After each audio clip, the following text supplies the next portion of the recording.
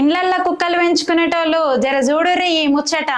ఎదిరింటోళ్ళ కుక్క గరిసిందని పోలీసోళ్ళకి కంప్లైంట్ చేసిరు ఇంటోళ్ళు.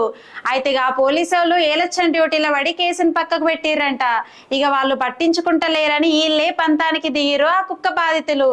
దాంతో గా ఇంటోళ్ళు కొందరు దోస్తులను ఎంబడేసుకొని పోయి కర్రలతో కుక్కను కుక్క యజమానులను ఎట్లా అంటే అట్లా కొట్టిర్రుల్లా.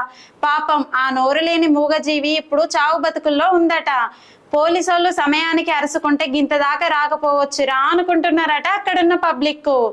గిదంతా అక్కడున్న సీసీటీవీలో రికార్డ్ అయిందట. ఇక చూడురిగా ముచ్చట.